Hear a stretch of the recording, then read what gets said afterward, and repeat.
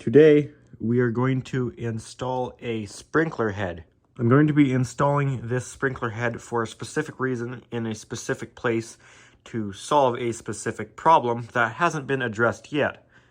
As you guys may know, my garage building that I make most of my videos in is a sprinklered building where I installed back at the end of 2022 sprinkler system protecting every area of the building, with the main area of this building being protected with a couple sprinkler heads in this area, as well as this big open area at the back,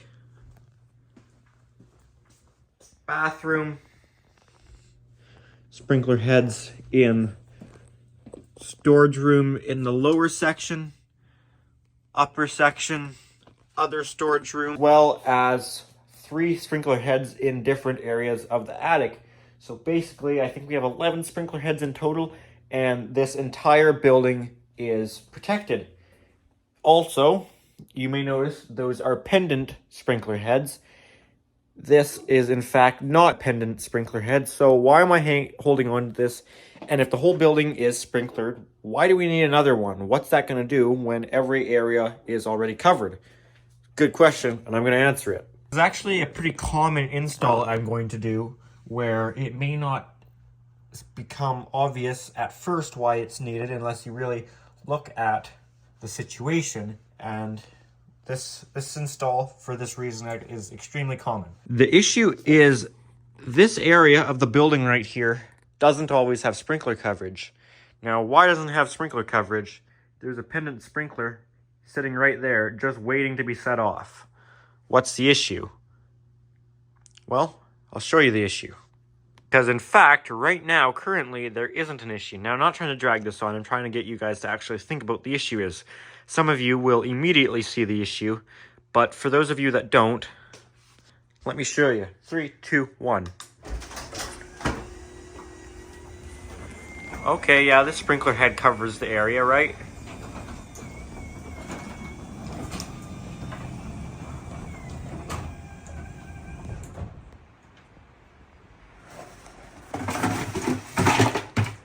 It's quite windy out there. Okay, hopefully you guys can see the problem now. We have an area of maybe about a foot sprinklered. But if all these boxes catch on fire, which I will admit is a problem, I'm storing a lot of flammable materials here in the corner.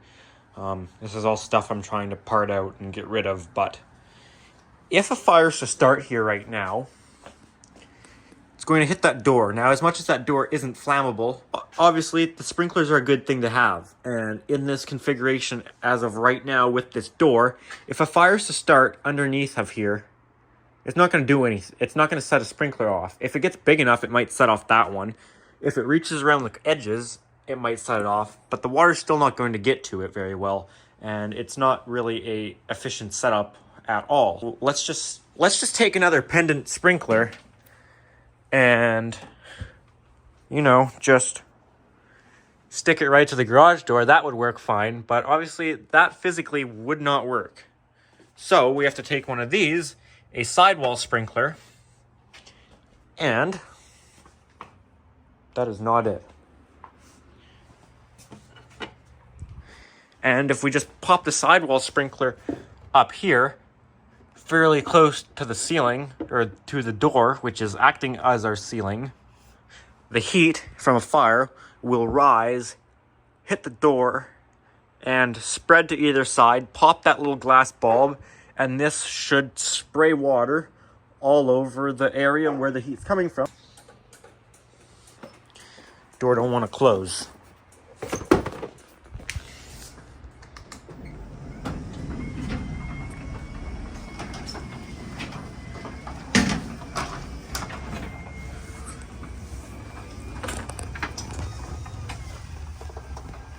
Now, as far as a fire happening when the door is closed, chances are that one's going to get set off, and this one won't actually set off because there are actual rules in NFPA. I think it's 13 in the US. I'm not sure what it is here in Canada for your sprinkler codes, but there are limitations on how close they're allowed to be together, because you can have, I think it's known as wet soldering or something like that, where if a sprinkler head's too close and one set off, it can actually get the other sprinkler wet and that one won't set off. So say this one was installed here, when the door is closed, that sprinkler would put out a spray pattern wide enough, it would actually get this one wet, and it would probably be too wet and cold to get set off. But in that case, the door's open, and this one doesn't need to get set off because this one covers that area anyways. I know I made a short story pretty long there, but I wanted to explain it. Basically, long story short now, put a sprinkler head over that door so that when the door is in the open position, we still have sprinkler coverage, as that one isn't able to cover the area, obviously, when it's blocked. So we need to install this sprinkler. Slight problem, which I have to just ignore and go with it anyways. The sprinklers that are all installed in here are a K3 sprinkler. The K3 is a low flow sprinkler, which they're designed to work on the lower flow, as the deflector is meant to use a smaller amount of water, as well as the orifice is small compared to higher K sprinklers. So in this building, I got the smallest K that I could because I knew that my water supply was fairly limited coming to this building. So I went with K3 sprinklers. So they take advantage of that low flow, and they still hit that fairly flat deflector head and still spread the water out quite wide, even though there's very low flow, to make sure it still can contain and control the fire most effectively. So obviously when I'm buying sprinkler heads for this building, I want to go with the lowest K possible. I'm sure they make sidewall sprinklers in a K3. I couldn't find any though. So I bought the next lowest thing. Of course, there's lots of K 5.8s. I think there was some 4.9s and then probably some 8 point whatever it is. And the K just goes higher from there. So I obviously wanted the lowest I could, as I know I have very limited flow. So that's what I bought. This is a K, what is it? I believe this one is a 4.2. There you go. K 4.2 horizontal sidewall. 68 degrees Celsius or 155 Fahrenheit, which is the most common. Same as these guys. It's a fairly average temperature, and you can see it's a thin glass tube, so this is a quick response. Yes, it's a K 4.2, not a K 3 like these guys. If you compare one of these K 3 sprinkler heads, the orifice on the back, you can see is much more restricted in the K3 sprinkler head versus the K 4.2. These K3s work absolutely beautiful on the water supply I have to this building. They work just as expected and cover the full 14-foot radius that they're meant to do.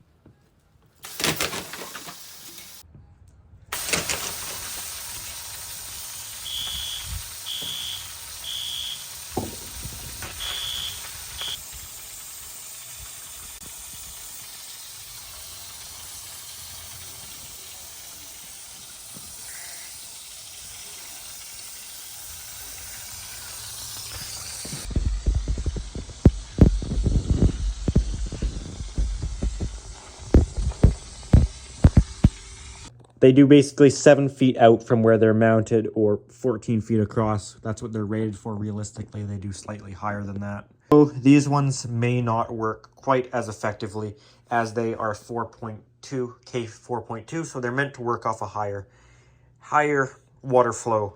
They're still pretty low compared to lots of sprinkler heads that are out there, but just slightly higher. So eventually I would like to test it out. Either way, I'm going to install it without testing it because it's still better than what there is right now. So worst case scenario, we test one in the future, find it doesn't spray wide enough or far enough, and we either live with it and say, hey, it's better than what's currently here, as there isn't even a fire protection system required to be in here, so anything is better than nothing, and we live with it. Or maybe one day I will find a K3 sprinkler head, and that location for it will already be plumbed and ready to go. Anyways, guys, I apologize. I have talked for a very long time. Here I have my sprinkler head. I have a few 90s that I need. What the sprinkler head threads into, the 1/2 inch to 1/2 inch threaded female. These I don't need. Some standoffs that I'll probably need. The pipe right there that I need. And a T right there. Because I'll show you where I'm going to get the supply from. First, it's coming off that wall right there, which is the wall to that storage room. If we walk through this storage room here, this is the storage room that will be on the other side of that wall. And we do have a sprinkler head in this room to protect this room. And there is our supply coming through the ceiling. So we'll be able to tee off of that guy right there and drop down to our sprinkler head location.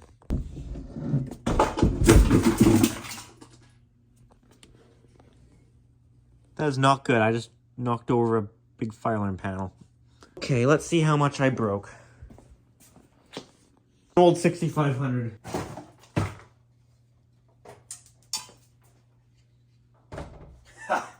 Look at it. The thing's fine. These cards weren't even in it. They were just sitting at the bottom of it. This thing got landed like directly on. Cards damaged. No.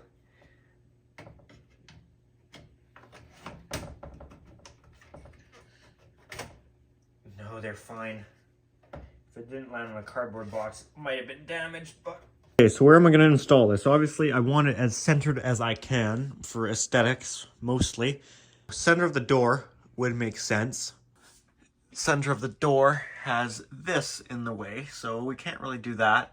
We could go slightly off center. I understand these can't be mounted more than 6 inches from the ceiling or less than 4 inches from the ceiling. So basically, they have to be mounted within 4 to 6 inches from the ceiling. Like 3 fire trucks that have just gone by. I don't know where they're going.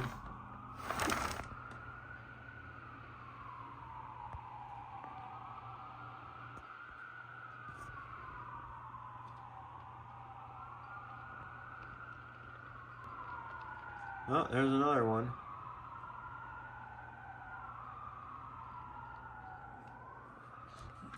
There's a bunch of them going somewhere. It's not my house though, so that's okay. The door is pretty much level exactly with the inner side of that track.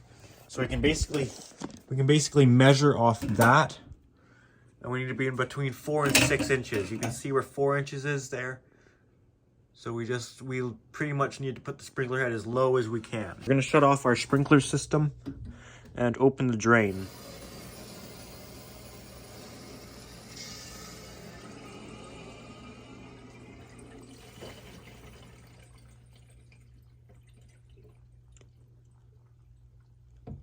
Okay, sprinkler system is now drained.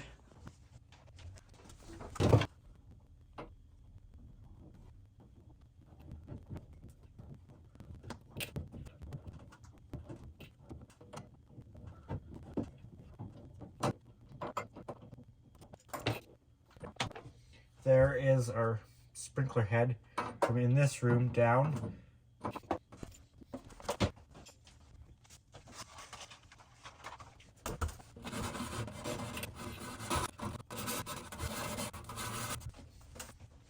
This sprinkler head was in a good location before, but this is going to take up some amount of pipe.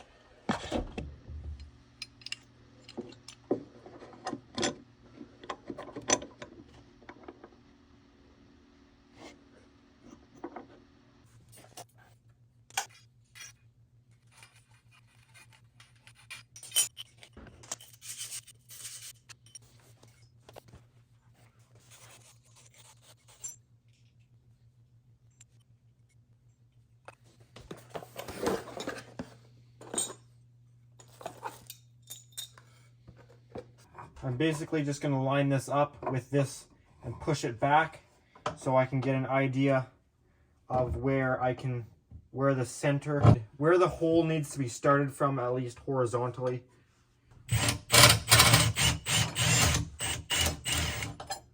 Okay, so that's marks where the center of our hole needs to be horizontally, and for the other side is where we'll have to figure out vertically. Here's the sprinkler discussion. So this uses a 2-inch hole saw, fits that perfectly. You can actually go bigger, but we'll mount this up.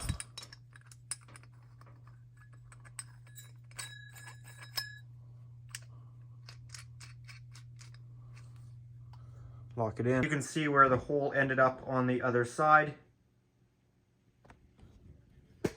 And you can see it will go right there, but the escutcheon is bigger than that.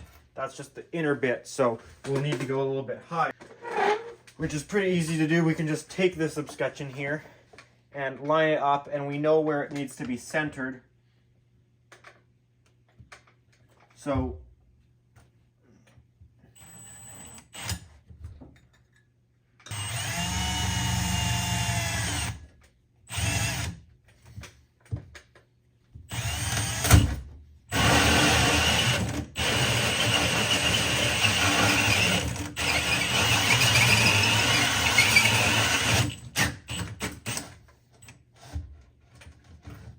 beauty. By the way, guys, a tip, I'm sure a lot of you know this, is if you saw the drill getting stuck, it wasn't because it's not powerful enough, it's because I have it on one of the torque stop settings. So if it binds up, it doesn't break your arm off, if you know what I'm saying.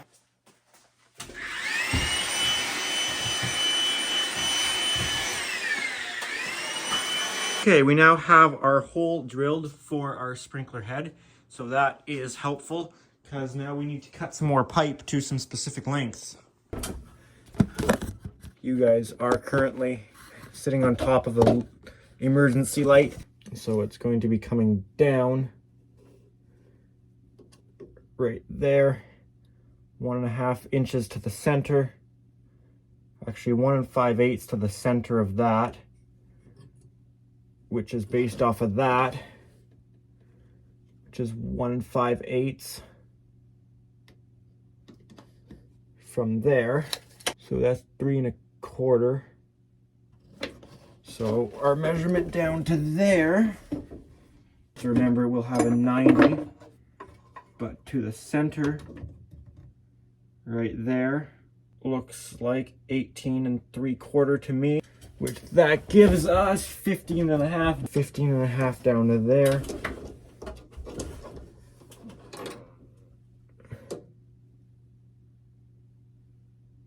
Yeah, looks about right.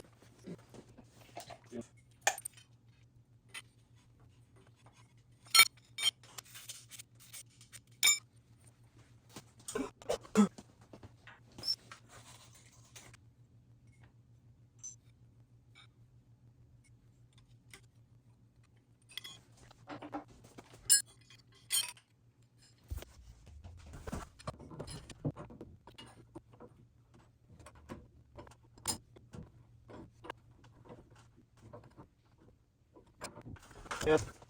We need to figure our sprinkler head out though, as far as how we need to set the pipe stubbing out of the wall so we can thread it in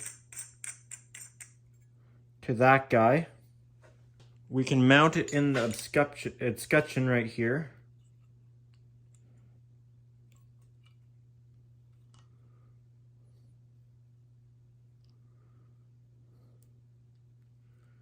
Right there seems pretty good.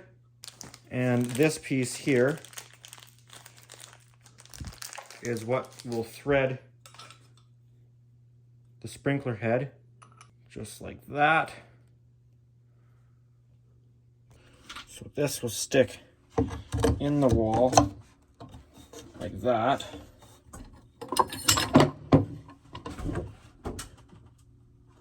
So we basically need it mounted as absolutely tight as we can get it. I actually think we could shorten this whole pipe maybe 1/4 of an inch too.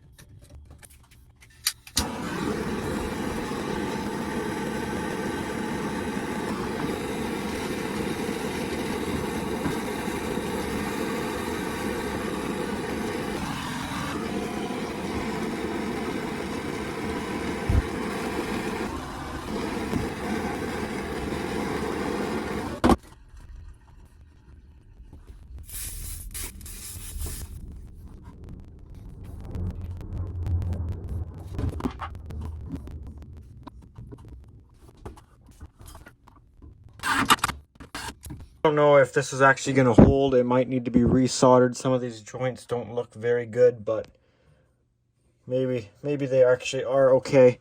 I had to stand this off a little bit because that hole didn't quite line up. It actually looks like it could go in slightly more. We'll see what I end up doing with that. But this is all soldered together, so we can try and put our sprinkler head on.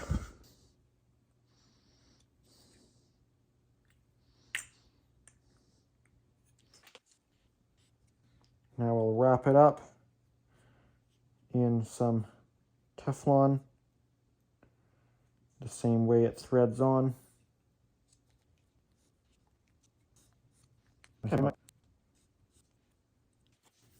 See, something didn't work out right because already, just as the threads are touching, the thing is recessed back way too far. So instead of changing everything, I'm just going to use one of these little extension pieces. All of the sprinkler heads, all of these ones that I bought came with one of these, so I got like 11 of these. So we'll just wrap this up in some tape, tighten that in, and then I think that should bring it out to a good distance.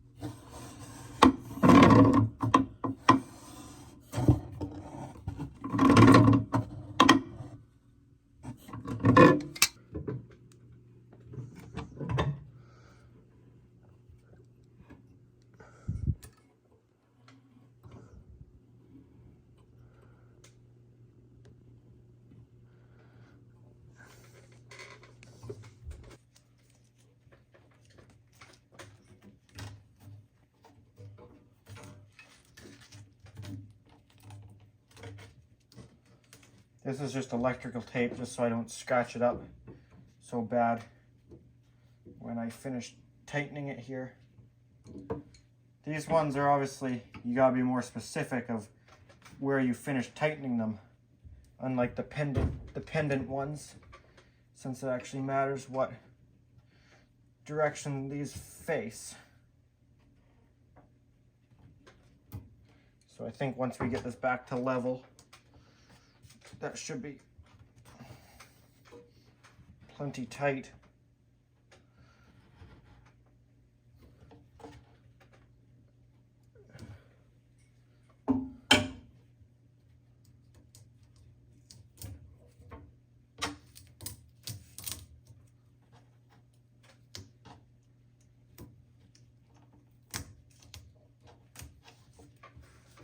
Okay, I think that should be sitting pretty good where that is at right there. That looks like it should work okay. The discussion here.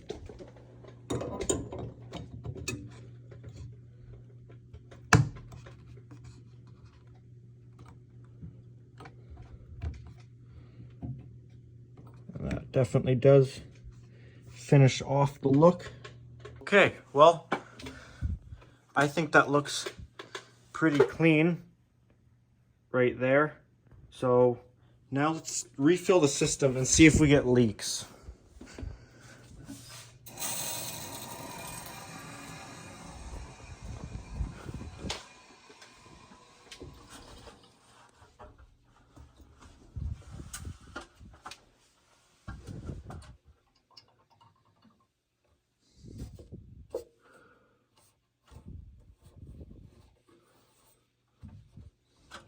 Definitely not seeing anything yet up here.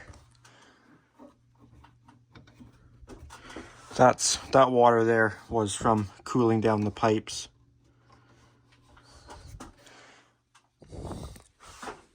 We're probably at full pressure. Yeah, we are. The valve's just not all the way open. And yeah, this is good. I am not seeing any leaks from this.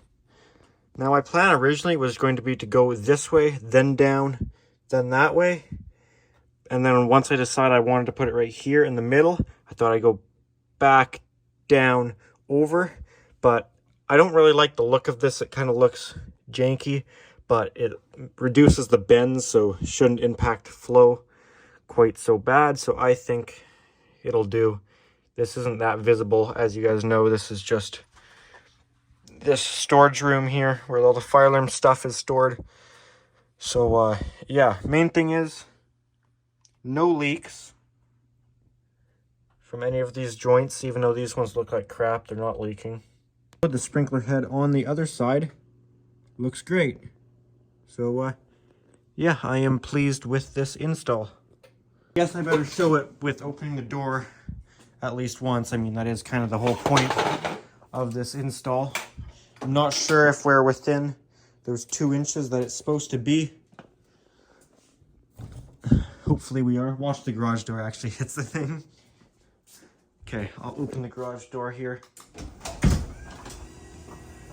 As I said, most of the time that sprinkler head would be the one that is important.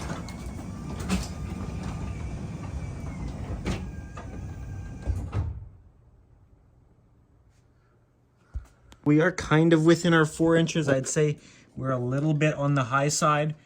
The actual sprinkler bulb is at about 3 9/16, maybe 5/8, somewhere in there. But then the deflector head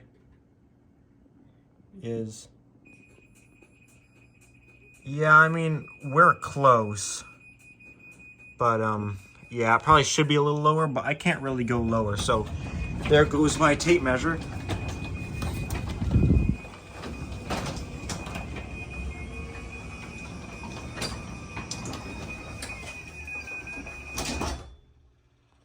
Anyways, it's pretty close as I can get it at least. Yeah, we're holding water and it looks good. So that's about all I got to show you guys in this video here then. So yeah, I hope you guys did enjoy it. If you did, make sure to give it a thumbs up. If you have any comments or questions, make sure to put those down in the comment section. And if you do enjoy my videos and like my videos I've got on this channel, make sure to subscribe. And if you're interested, I do have an Instagram account at Pickle700 for bonus content posted earlier than you'd see it on the YouTube channel, that sort of stuff. So if you're interested, feel free to check that out. Alrighty guys, thanks for watching.